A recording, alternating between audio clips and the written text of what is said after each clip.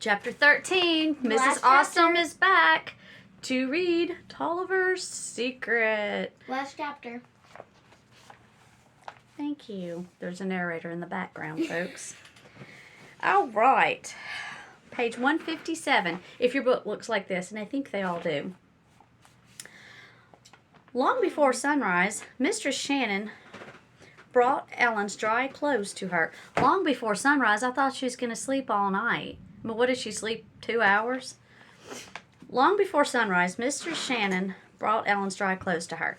The shoes were still wet, but her feet would be snug in an extra pair of woolen stockings. This is true because wool will soak up the water, keep your feet dry. Very easily. So, let's see. No more adventures today, Ellen, she said, as she stirred up a good fire and put a breakfast of hot porridge and sausages on the table. Mr. Shannon came in and sat beside Ellen while she ate. The courier left last night, Ellen, he told her, with the bread in his saddlebag. By now, the second courier should be near the third man. It takes a chain of people to carry a message across the countryside quickly. It's dangerous, isn't it, said Ellen, to ride through enemy country.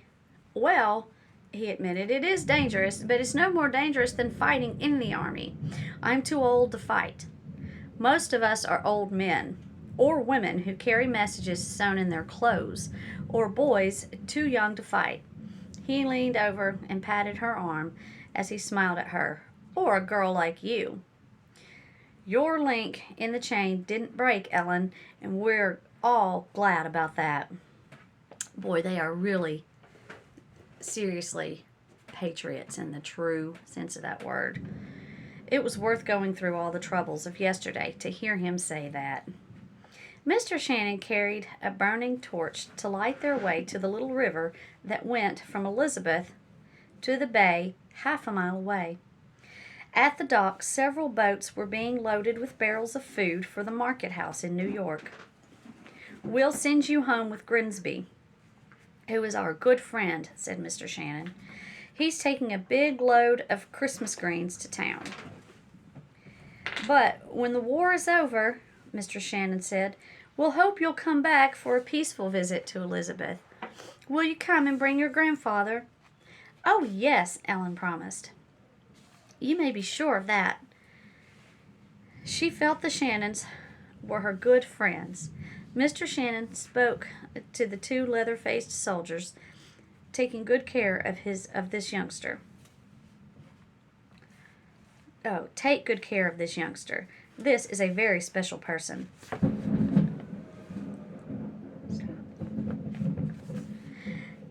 Grimsby and Gallup made a seat for her among the bundles of pine and spruce boughs.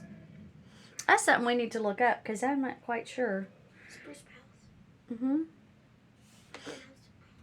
Shh, I'm trying to read. There's a brisk breeze this morning, they told her while they covered her legs with greens. Won't take long to get back to New York. The sky grew pink and the torches sputtered out. They were off. In no time, the boat sailed down the little river past the swampy marshes and the big wharves at the shore. It was not long before Ellen recognized the shoreline of Staten Island. Why, we sailed past here yesterday, she said to herself. We must have been quite near Elizabeth before we sailed on to Parish Amboy. She shrugged her shoulders the way Grandfather sometimes shrugged his.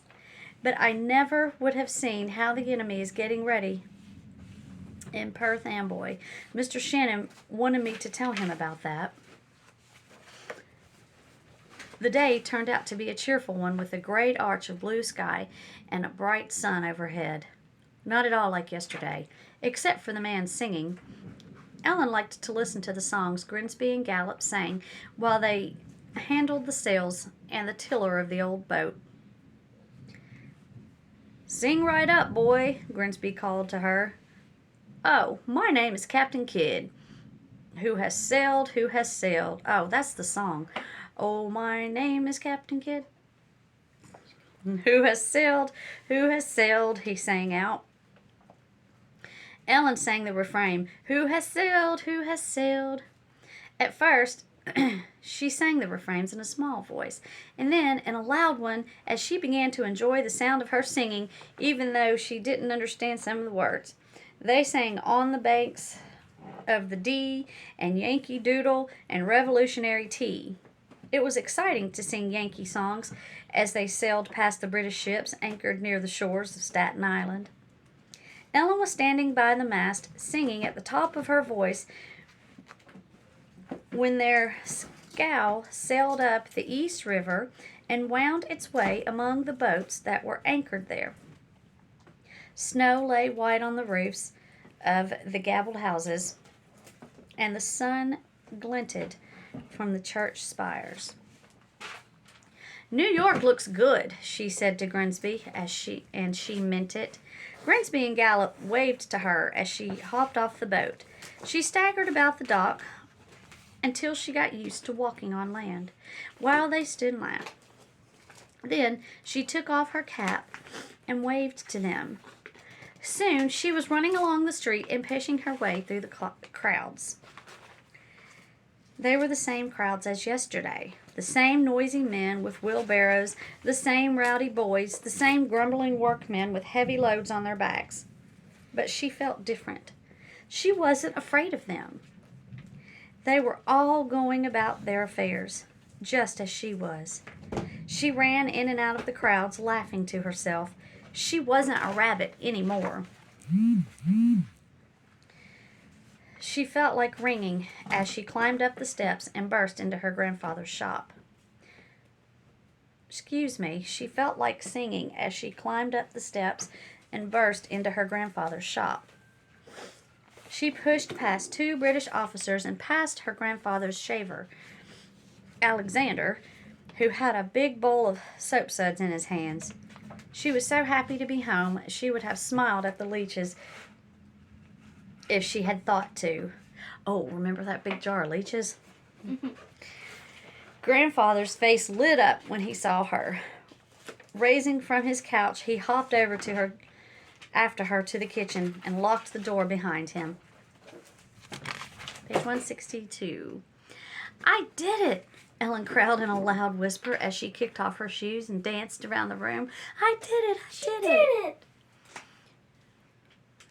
She grabbed her mother's hands and they whirled around together while Grandfather waved the crutch the carpenters had made him.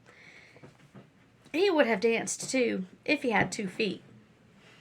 Over and over they hugged her and said, "We're so happy you are home." Pulling chairs up the big table by the window, they sat down to hear about her trip. "You found the farmers' boats without trouble?" Grandfather asked in a whisper. "Trouble?" Ellen groaned. "I had nothing but trouble. Trouble all day long." Mother and Grandfather looked at her in surprise. They could hardly believe the whispered tale she told them. "Perth Amboy was filled with cannon and wagon trains and hundreds of soldiers," said Ellen. "Mr. Shannon told me that General Cornwallis was there in Perth Amboy getting ready to finish off our army before winter sets in." We should look up General Cornwallis. "That's what we feared," said Grandfather gravely. "But you did get the message to Mr. Shannon, didn't you?" "Yes, I did," said Ellen. "And now I understand why it is so important for couriers to take messages to our army." You guys realize this really happened? Like, they really had couriers and messages secretly. Like, Ellen wasn't alive this whole story. Like, Shh. "I had no idea it would be so hard for you, Ellen," Grandfather said. "I don't know whether I would have sent you had I known. But I myself never would have been able to get through all the lines at all. No one would have smuggled a fat old man on a boat." His eyes twinkled. Mother leaned across the table and smiled at her. "I'm proud of you, Ellen," she whispered, "but I hope you'll never have to do it again." "Well," said Ellen as she thought that over, "I think maybe I'd do it again. I don't know. I guess I'll do it again if the boat was sure to go to Elizabethtown." It seemed to Ellen that 2 good things happened to her after her trip to New Jersey. The first happened the next morning when she wrapped her red cloak around her and went to the pump early. Ellen took her place at the end of the line to wait her turn. The women were still talking about the high price of food and the high price of firewood. It seemed to Ellen she had been away 100 years, and they were still talking about the same old things. Then Dicey came by. Her face grew red with anger when she saw Ellen. Now, Dicey is a bully. I know a lot And of I them. think she's fixing to get herself taken care of. "Are you here again?" she cried as she walked slowly, heavily toward Ellen. "Yes, I'm here again." Ellen put down her bucket. She was ready to duck out of the way if Dicey came too close, but she was not afraid of her. She folded her arms across her chest. Dicey growled, "I told you not to come here, Miss Fine Lady." I think Dicey's jealous. I think when people bully other folks, I think maybe it's because they're jealous. Sometimes. I know some Just people plain they mean. just do it for fun. Yeah. Ellen thrust out her chin and stared back at Dicey. "This pump is near my house," she said calmly, "and I intend to use it, no matter what you say." Dicey stared back, but she came no further. For almost half a minute they stared at each other. Then Dicey shrugged and turned away. "You're just lucky I'm not ready for a fight," she called over her shoulder. But she walked away. See, when you stand up to a bully, usually, a lot of times they'll back down, won't they? At least they did in this story. The second good thing happened a month later. Grandfather's silver snuff box came back to him by way of a secret courier. In it was a message that gave them wonderful news. I can't wait for this. General Washington's small army had crossed the Delaware River from Pennsylvania to New Jersey on Christmas night and had taken the city of Trenton by surprise. Yes. Washington had been able to plan a surprise attack because he had learned so much about British plans from the patriots in New York and the couriers who had carried their messages. And Then he and his army had moved on to another victory in Princeton early in January and had time to fortify winter headquarters in Morristown before the Watchung Hills. Behind the Watchung Hills in New Jersey. And there was news of Ezra Toliver. Her brother. I wondered if we were going to get back to him. And there was news of Ezra Toliver. He was a sergeant now, yes, and was safe and well in Morristown. They hugged one another for joy when they heard it. Don't you know her mother's happy about that? In the snuff box, there was also a folded piece of paper marked "For Toliver." To Ellen's surprise, she found inside a tiny silver locket. She knew who had sent it to her, but since she didn't know, she liked to pretend it was from the general himself. And who knows? Perhaps it was. Who knows? What do you guys think? Do you think it was from Mrs. Shannon? Do you think it was from her brother? Or do you think it was from General George Washington? And we have a kid in our class, sweet them. little girl in our class, who is a descendant of General George Washington. If you don't know what that means like related Mm-hmm. in her family. Mm-hmm. Yeah, passed down. Washington.